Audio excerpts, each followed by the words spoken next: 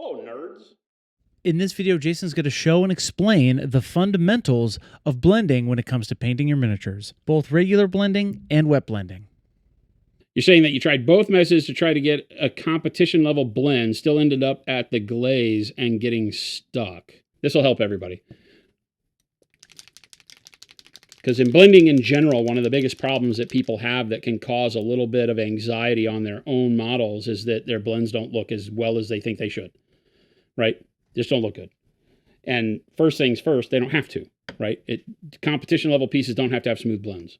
Just get that out of your head. They have to have intent behind how the colors are applied. Think in that term, right?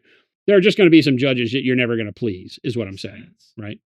I'm going to do a quick base coat here.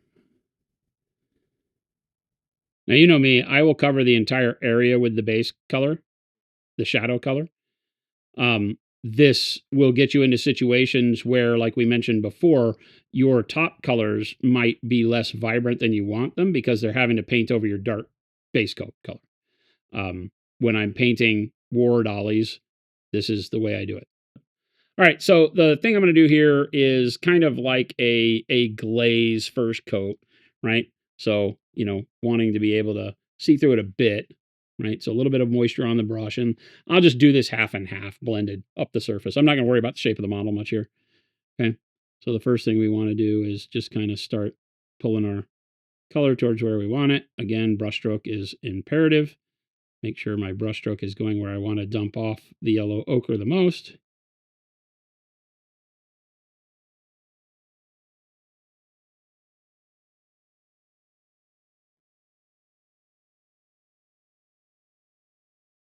So then my second layer pulls back and leaves that first layer with a little bit of landing room to drop another color over it, the mixed color, right, in between here.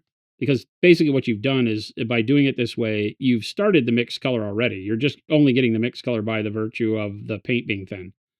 Make sense? So this is a good way to show how that works, how doing your first layer thin gives you the mixed color, okay? And then the second layer gives you the color that you're painting. Right, now I'm going to draw back just a little bit more, just to ensure I've got the brightest color up here at the top, and I give all that color banding where I went through my blends the ability to do that what was this, candy corn look, right? This is a good way to think of it. And this is a real good way for you to see that when painting with, you know, just a little bit of moisture, you can get what looks like 1, 2, 3, 4 colors out of 2, right? But now we'll mix the 2 colors and get that in between. Or maybe if you're doing competition, you probably should go into not 50-50, you should go into 75-25.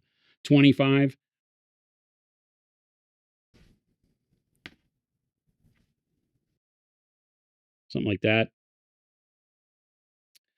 Right? And that's what we're going to want to put in between these. Well, we're going to keep the same direction going here. And that's what we're going to do between our mahogany and this layer of paint that we have here that was that first layer of yellow ochre. Again, I'm just using big fat strokes.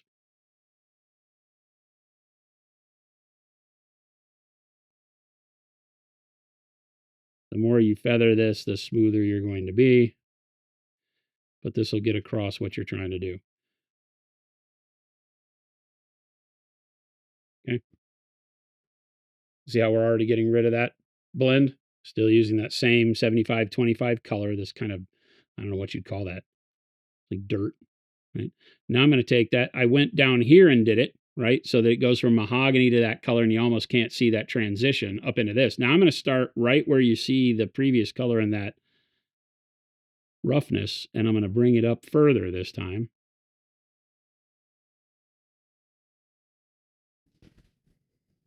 Now we'll mix more of a 50-50. You want more of the yellow ochre now, because we're going towards where the yellow ochre is.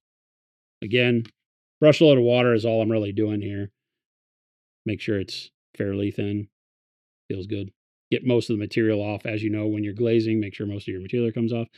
And then again, I'm going to retreat back down into my previous color a little bit. Bring that up.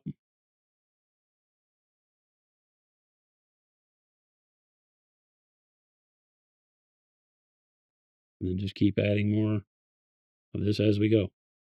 This meaning the yellow ochre.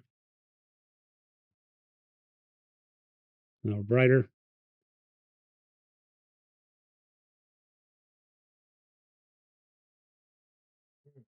And I'm just going quickly in between each previous color in the next stage. And you just keep making that smaller and smaller as you go until right now we're almost up to just pure yellow ochre. So I can just take the yellow ochre almost 100% and be like that. And then again, right, just from that where that last brush stroke stopped and just right across there into the top. And on this one, since it's just yellow ochre, I can take it all the way to the top if I want to, right? And then you've got all of your colors blended as if you had done a wet blend. And then across these areas where if you don't like that texture, if you can still see too much of that feathering, because I've been using chunky brush strokes, then go back with just mahogany, very, very thin. Oh, too thin. About like that. Right? Go back with that, and you can just continue to layer that right in around that area where those chunky ends might be. You can use stippling, you can use short brush strokes, and you just want to kind of hide where those tips may be. And you just have to refine that edge. Keep going over it again and again and again and again and again, whether it's with the blended color or with one of the primary colors that you used. Doesn't matter. Just keep doing it.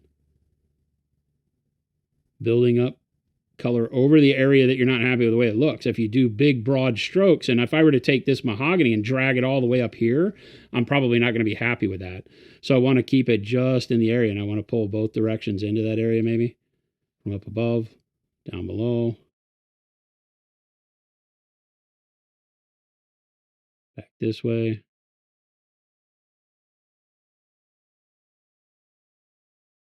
But you can take one of your blended colors now, kind of that mid-tone color right in here.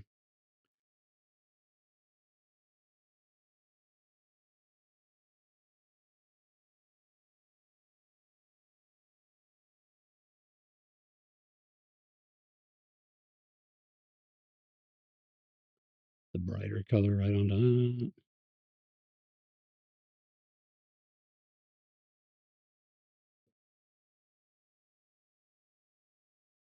And just keep chasing that brighter color. So I'm all the way up here. I'm probably mixing paint on my hand. I'm going so fast until you're right at your brightest up at the top. And that's almost gotten rid of all of the banding that was up here. So just keep working it back and forth like that. But remember that every time you go to glaze, you're not picking one color. You're picking from now you're having to pick from 1, 2, 3, 4, 5, 6, 7, 8 different colors that we have blended in here now. So each time you transition, you're going to have to blend between those. Right? You can pick one direction or the other. Let's say you wanted this to be darker, right? Pick the mahogany and get it to where it's about as thin as you can imagine, right? And then glaze the whole thing, because that'll act like our transparents do, and that'll start bringing the whole model together. You want to go into the deepest shadows and everything, right? And then you can start bringing all of your color better matched together like so. And then likewise, you could do that same thing with the yellow ochre if you wanted it to, right? So you could take the yellow ochre, and it's going to have a much punchier effect, so you got to be very careful with this. And then again, imagine just going all the way down into the shadows with the yellow ochre glaze. And do it back over the top of all of that substrate too. And keep playing it. We've got a little bit of banding right like right along here. You just mix the color that you need there.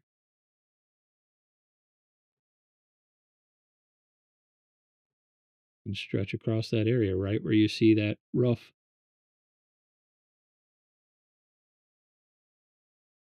And just keep doing it.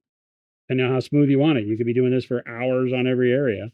Now, if you were to go through and wet blend this, right? So we take a lot of, I'm just going to do it on this section of the wing here. This is a big flap of wing on this one. Right. So again, with wet blending, like I said in that video, you want to make sure you have more material towards where the blend is going to occur. We grab the, this is a tough one, right? Because this is a bad shape for this. So we'll go like this and pull the, paint them up to one another here. Trying not to get the mahogany on the yellow ochre right away.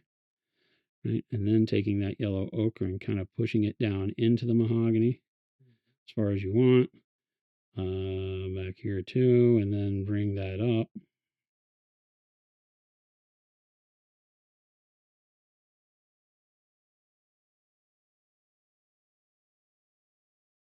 Down.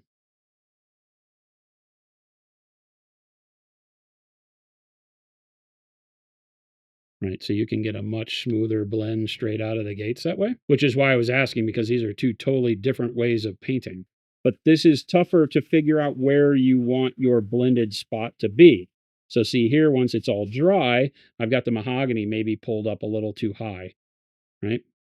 So now you can take the yellow ochre and get it in a nice thin state, and you can glaze it. Again, where do you want the yellow ochre to end? Up here. So you can glaze it from down low to up high, and you can pull that blend of yellow ochre further down into the mahogany this way. Again, almost like what we did before, except we're not doing the whole thing. We're just doing that middle range.